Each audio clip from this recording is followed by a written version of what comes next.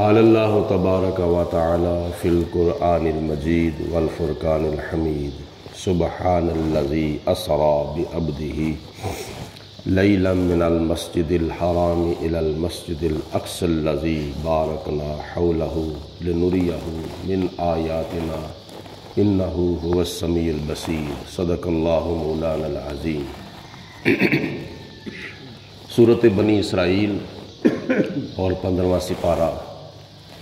جس کی پہلی آیت مبارکہ میں نے آپ حضرات کے سامنے پڑھی ہے، اس کا عام فہم ترجمہ یہ ہے کہ پاک ہے وہ ذات جس نے سیر کرائی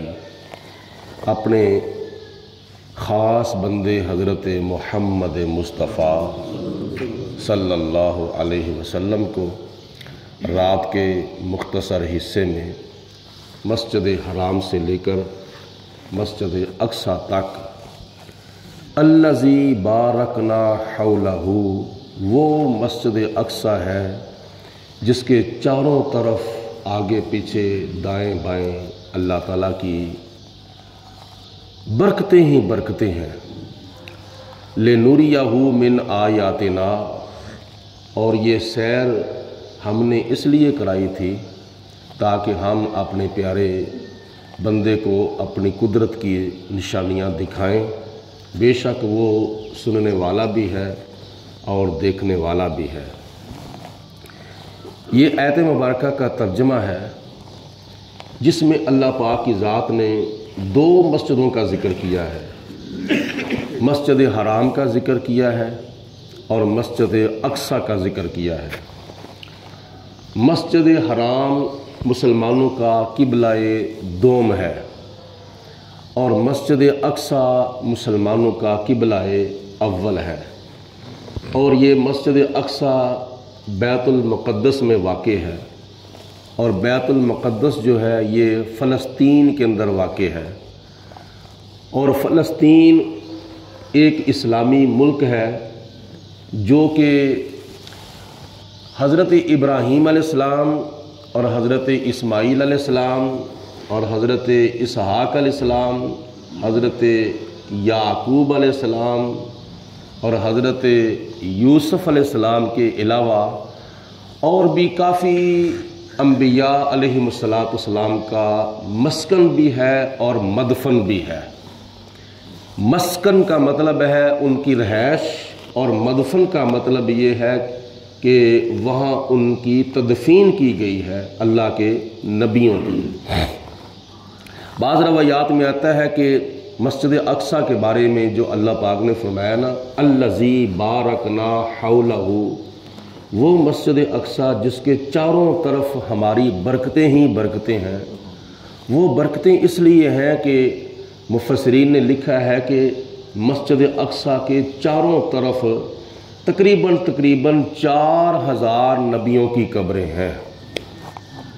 4000 نبیوں کی قبریں، ان قبروں کو اللہ پاک کی ذات نے اپنی برکتیں فرمایا ہے۔ تو یہ اللہ تعالیٰ کے نبیوں کا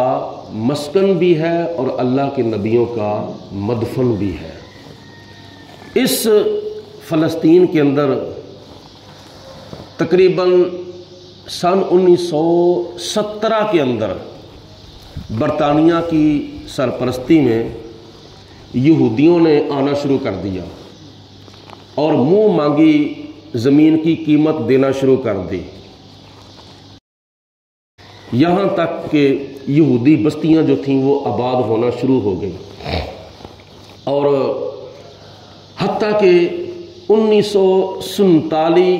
تک یہی کام ہوتا رہا، اور اتنی دیر تک اقوام متحدہ کا جو ادارہ ہے یہ مرز وجود میں آ چکا تھا، اور پھر اقوام متحدہ کے ذریعے برطانیہ نے، جو کہ اس وقت وہاں ایک یہودی حکمران تھا، اس نے اقوام متحدہ سے ایک قرارداد پاس کرائی کہ فلسطین کی زمین کو 2 حصوں کے اندر تقسیم کر دیا جائے، 55% حصہ جو ہے وہ یہودیوں کو دے دیا جائے، اور 45% جو حصہ ہے فلسطین کا وہ مسلمانوں کو دے دیا جائے۔ جبکہ مسلمان اس وقت یہودیوں سے بھی دگنی تعداد میں تھے۔ تو یہ بھی ان کے ایک بے انصافی تھی اور مسلمانوں کے خلاف ایک سازش تھی، اور فلسطینیوں کے اوپر اسی وقت ایک حساب کا ظلم جو تھا وہ ہونا شروع ہو گیا تھا۔ اور یہ سلسلہ چلتا چلتا سن 1947 کے اندر چلتا رہا، یہاں تک 14 مئی 1948 کے اندر وہاں ایک ریاست کا قیام جو تھا اس کا اعلان کر دیا گیا۔ اسرائیل کے نام پر ایک ریاست جو تھی وہ قائم کر دی گئی، جس کا وہاں کوئی حق ہی نہیں بنتا تھا۔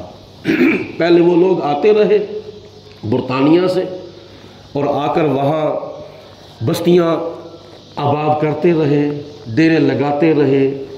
اور ان کی ایک سازش تھی کہ کسی طریقے سے بیت المقدس کے اوپر قبضہ کیا جائے۔ جب وہ اپنے اس ناپاک عزائم کے اندر کامیاب ہو گئے تو 1948 کے اندر انہوں نے اپنی حکومت کا اعلان کر دیا اسرائیل کے نام پر۔ اسرائیل حضرت سیدنا یعقوب علیہ السلام کا لقب ہے، اور یہ دیکھا جائے تو وہاں جو یہودی آباد ہوئے تھے وہ جناب یعقوب علیہ السلام کی نسل میں سے نہیں تھے، وہ تو برطانیہ سے آئے ہوئے تھے۔ اور اس وقت جو یہودی ہیں نا، یہ نہ اصلی یہودی ہیں نہ نسلی یہودی ہیں، کیونکہ جناب یعقوب علیہ السلام کے 12 بیٹے تھے، اور ان بیٹوں میں سے ایک بیٹا تھا آپ کا جس کا نام تھا یہودا، اور اس یہودے کی وجہ سے جتنی ان کی آگے نسل چلی تھی ان کو یہودی کہا جاتا ہے۔ اور یہ تو اصلی نسلی یہودی ہے ہی نہیں، یہ تو دغا باز اور برائے نام اپنی نسب کو، اپنے آپ کو جناب یعقوب علیہ السلام کی طرف منسوب کرتے ہیں، صرف اور صرف مسلمانوں کو دھوکہ دینے کے لیے اور مسلمانوں کے اوپر ظلم و ستم اور جبر و تشدد کرنے کے لیے، ورنہ ان کی اصل جو ہے وہ ٹھیک نہیں ہے۔ اور یہی وجہ ہے نا کہ قائد اعظم محمد علی جناح رحمۃ اللہ تعالی علیہ نے اس وقت اسرائیل کو تسلیم نہیں کیا تھا، اور بالکل ٹھیک کہا تھا آپ نے، آپ کا جو فیصلہ تھا وہ بالکل ٹھیک تھا۔ اللہ کے قرآن کے مطابق اور حضور علیہ السلام کے فرمان کے مطابق قائد اعظم محمد علی جناح نے کہا کہ میں اس کو تسلیم نہیں کرتا، اور ہمارا ملک پاکستان قیامت تک اسرائیل کو تسلیم نہیں کرے گا۔ 1948 کے اندر یہ امریکہ کی طرف سے نجائز ریاست کا قیام جو تھا وہ کیا گیا، نجائز ریاست کا نجائز حکومت کا جو تھا وہ قیام کر دیا گیا۔ 1948 سے لے کر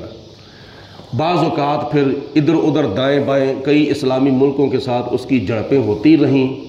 اور کئی مسلمان بھی شہید ہوتے رہے، کئی اسرائیلی جو تھے وہ بھی واصل جہنم ہوتے رہے۔ زیادہ تر نقصان انہوں نے فلسطینیوں کو پہنچایا، زیادہ تر تعداد جو تھی وہ فلسطینیوں کی تھی جو اللہ تعالیٰ کی راہ میں ملک و ملت کی خاطر لڑتے رہے۔ 1966 کے اندر 6 دن مسلسل جنگ ہوتی رہی، مسلسل 6 دن جنگ ہوتی رہی، اور اس وقت بھی لاکھوں کی تعداد میں فلسطینی جو تھے وہ اللہ تعالیٰ کی راہ میں شہید ہو چکے تھے۔ اور یہ جو ابھی 1.5 سال گزرا ہے نا، اس 1.5 سال کے اندر تقریباً 55,000 مسلمان بچے، مسلمان بوڑھے، مسلمان جوان، مسلمان مرد، مسلمان عورتیں جو ہیں وہ فلسطین کے شہید ہو چکے ہیں۔ یہ ہے اس کا کچھ پس منظر۔ چند لفظوں میں میں نے آپ کو عرض کیا ہے کہ یہ اسرائیل کیسے یہاں آ کے آباد ہوا، صرف اور صرف دھوکے اور فراڈ اور دغے کی بنیاد پر، ورنہ اس کی حقیقت کوئی نہیں ہے۔ اللہ تعالیٰ کی بارگاہ میں دعا ہے پروردگار عالم کی ذات بابرکات عالم اسلام کی خیر فرمائے،